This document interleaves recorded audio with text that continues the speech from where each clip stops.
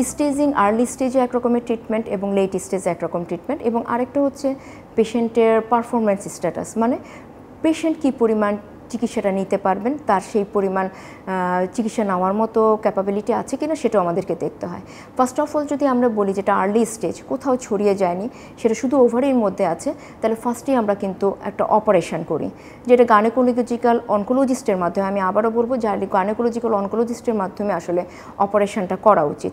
হঠাৎ করে আসলে যে কেউ এটা ধরা উচিত না। তাহলে তখন আমরা কি করি, আমরা অপারেশন করি এবং এবার অপারেশনটা যেখানে যেখানে ছড়িয়ে যেতে পারে সেই সব জায়গাগুলো অপারেশন করে নিয়ে আসি।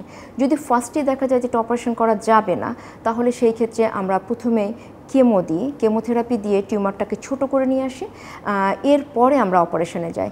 মানে যেই পর্যায়ে যাক আমাদের অপারেশন লাগবেই, এরপরে আমরা ওই স্টেজ অনুযায়ী কেমোথেরাপি দিই।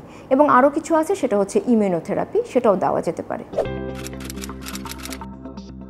ওভারিয়ান ক্যান্সার টোটালিভাবে নিরাময়যোগ্য হবে যদি সেটা আমাদের কাছে আর্লি স্টেজে ধরা পড়ে, মানে একদম প্রাথমিক অবস্থায়, তাহলে কিন্তু সম্ভব। কিন্তু সেটা যদি আমি দেখি স্টেজ 4-এ, তাহলে হয়তো বা আমাদের পুরাপুরি আমরা সুস্থ করতে পারবো না। তাহলে আমাদের ট্রিটমেন্টের উদ্দেশ্য কি?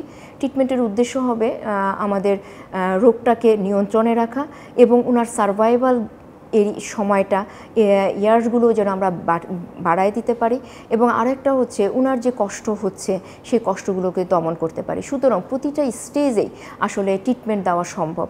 একদম সুস্থ করার সম্ভাবনা আছে, অবশ্যই আছে, কিন্তু সেটা অবশ্যই আমাদের আর্লি স্টেজে ধরা পড়লে আমাদের জন্য ভালো হয় চিকিৎসা করতে।